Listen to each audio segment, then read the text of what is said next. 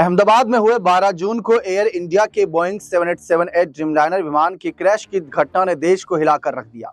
इसमें करीब 270 लोगों की जान गई थी। इस दुर्घटना की जांच में भारतीय सुरक्षा एजेंसियां कोई कसर नहीं छोड़ रही। शीर्ष खुफिया सूत्रों के अनुसार दुर्लभ ड्यूल इंजन फेल्योर की घटना को ध्यान में रखते हुए साजिश के 7 संभावित कोणों की पड़ताल शुरू कर दी गई है। इनमें फ्यूल से छेड़छाड़, सुरक्षा चूक, तकनीकी खामियों जैसे पहलुओं पर गहन जांच चल रही है। मीडिया रिपोर्ट्स के अनुसार ये जांच प्रिवेंशन थ्रू एलिमिनेशन की रणनीति पर आधारित है, ताकि हर संभावित खतरे को खत्म किया जा सके। 12 जून को एयर इंडिया की लंदन जा रही उड़ान AI-171 ने अहमदाबाद हवाई अड्डे से उड़ान भरी थी, लेकिन 40 सेकंड के भीतर ही एक भीड़ भाड़ वाले इलाके में दुर्घटनाग्रस्त हो गई। इस हादसे में 242 यात्रियों में से केवल एक ब्रिटिश यात्री, जिसका नाम विश्वास कुमार रमेश था, वही बच पाया। रमेश की सीट संख्या थी 11A। सवाल रमेश पर भी थे, लेकिन शुरुआती रिपोर्ट्स में ड्यूल इंजन फेलियर या हाइड्रोलिक इलेक्ट्रॉनिक सिस्टम की विफलता की आशंका जताई गई। हादसे के बाद बरामद किए गए ब्लैक बॉक्स के डेटा को दिल्ली में AIB लैब में डाउनलोड किया गया है और इसकी विस्तृत जांच जारी है। अब इस बीच खुफिया सूत्रों ने बताया कि जांच एजेंसियां 7 प्रमुख पहलुओं पर ध्यान दे रही है। जरा गौर से सुनिएगा उन 7 पहलुओं को। पहला, ईंधन चेन में छेड़छाड़ की संभावना, जिसमें हवाई अड्डे पर ईंधन की आपूर्ति या गुणवत्ता में हेरफेर शामिल हो सकता है। दूसरा, सुरक्षा प्रोटोकॉल में चूक, जिसमें बोर्डिंग प्रक्रिया या सामान जांच में लापरवाही की आशंका।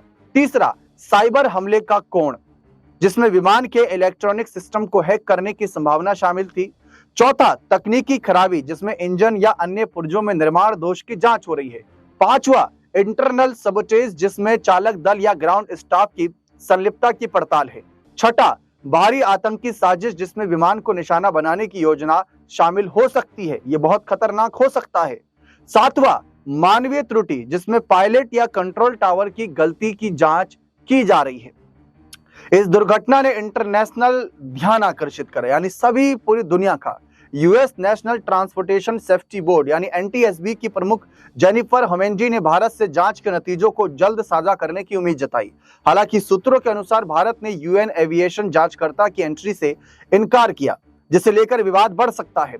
भारतीय नागरिक उड्डयन मंत्रालय ने कहा कि जांच पूरी पारदर्शिता के साथ चल रही है और कोई भी परिणाम सामने आने तक अटकलें लगाना जल्दबाजी होंगी।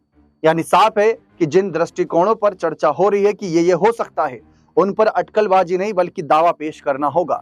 एयर इंडिया ने दावा किया कि दुर्घटनाग्रस्त विमान की नियमित सुरक्षा जांच की गई थी, जिसमें दाहिने इंजन को 4 महीने पहले बदला गया था और बाएं इंजन की जांच अप्रैल 2025 में हुई थी। लेकिन विशेषज्ञों का कहना है कि ड्यूल इंजन फेल्योर काफी असामान्य है और इसे हल्के में नहीं लिया जा सकता। कुछ रिपोर्ट्स में सुझाव दिया गया है कि विमान को उड़ान से पहले जांच के लिए रोक देना चाहिए था, खासकर जब इसके पिछले प्रदर्शन पर सवाल उठे थे।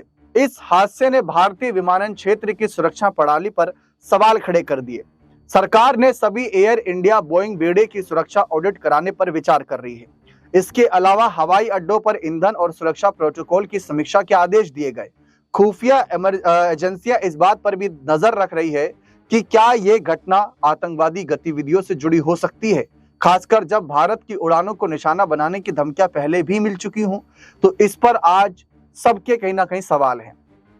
इस बीच 2 शख्स भी जांच के दायरे में आए थे, जिनका जिक्र मैं पहले भी कर चुका हूं। एक नाम है विश्वास कुमार रमेश, जो एकमात्र यात्री इस पूरे दुर्घटना में बचे थे। कह सकते हैं कि जो बड़ा सा हादसा हुआ, जिसमें करीब करीब 270 लोगों ने अपनी जान गंवाई।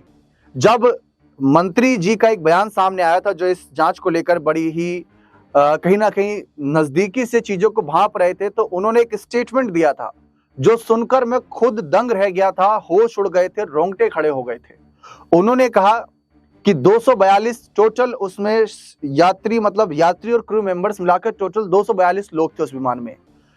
30-35 जो ट्रेनी डॉक्टर थे, जिस हॉस्टल से टकराया था ये प्लेन, उसमें कहीं ना कहीं क्षतिग्रस्त या उनकी जान गंवाने की खबर थी। लेकिन जब वहां के चारों तरफ नज़ारे देखे, जब यहाँ पर देखा गया कि क्या क्या दुर्घटना हुई है, कितना जान मान की हानि हुई, तो जो शव उठाए गए थे उनके इतने टुकड़े हो गए थे, जिसका मैं जिक्र नहीं करना चाहता, लेकिन उनका फिर DNA मिलान किया गया, फिर वो परिवारजनों को सौंपे। वो बहुत ही दुखद जब ये बताया, जैसा कि मैंने जिक्र करा कि दो शख्स पर भी जांच का दायरा लग रहा था। पहला विश्वास कुमार रमेश कि कैसे बचे, क्या जब प्लेन हवा में था 600 फीट की ऊंचाई पर था तभी कूदे? क्योंकि प्लेन जब नीचे गिरता है, जो धमाका होता है उसकी लपटें कुछ मीटर तक जाती हैं और इतनी देर में इतना गतिविधियां कर पाना नामुमकिन था।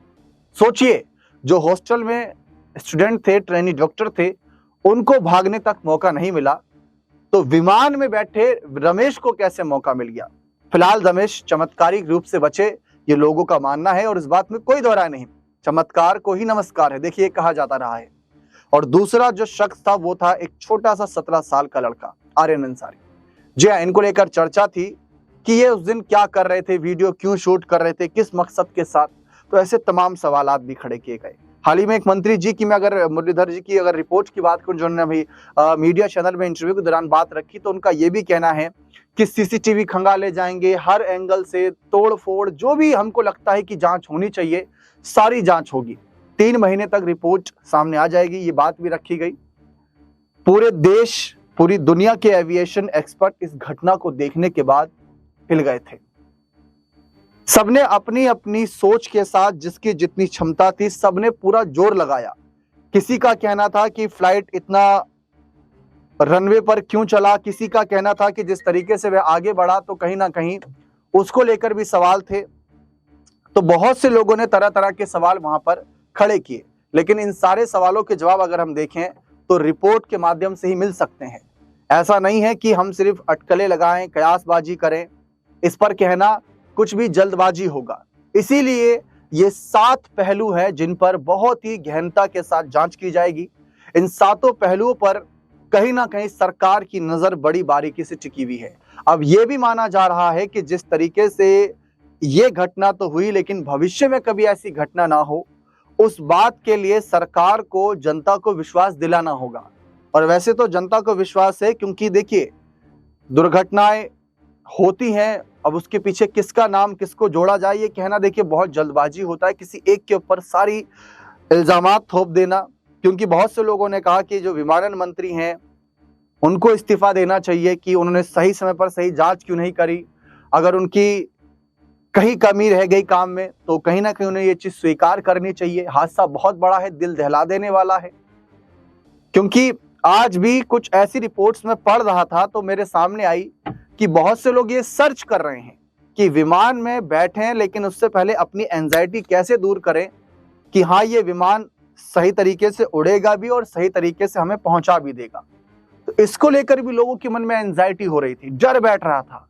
तो इसको लेकर तमाम मंत्री, तमाम विशेषज्ञ अपनी अपनी रिपोर्ट्स दे रहे हैं कि ऐसा कुछ नहीं है, उस वक्त ऐसा कुछ हो गया होगा। लेकिन जनता को तो विश्वास दिलाना है कि ऐसी घटना हुई होगी, क्योंकि जो दोनों इंजन का फेलियर था उस पर बहुत बड़े सवाल उठे। फिलहाल जांच का दायरा बढ़ रहा है, जांच चल रही है, देखते हैं इस मामले में अंतिम रिपोर्ट क्या आती है। बने रहें चैनल के साथ, बहुत बहुत शुक्रिया।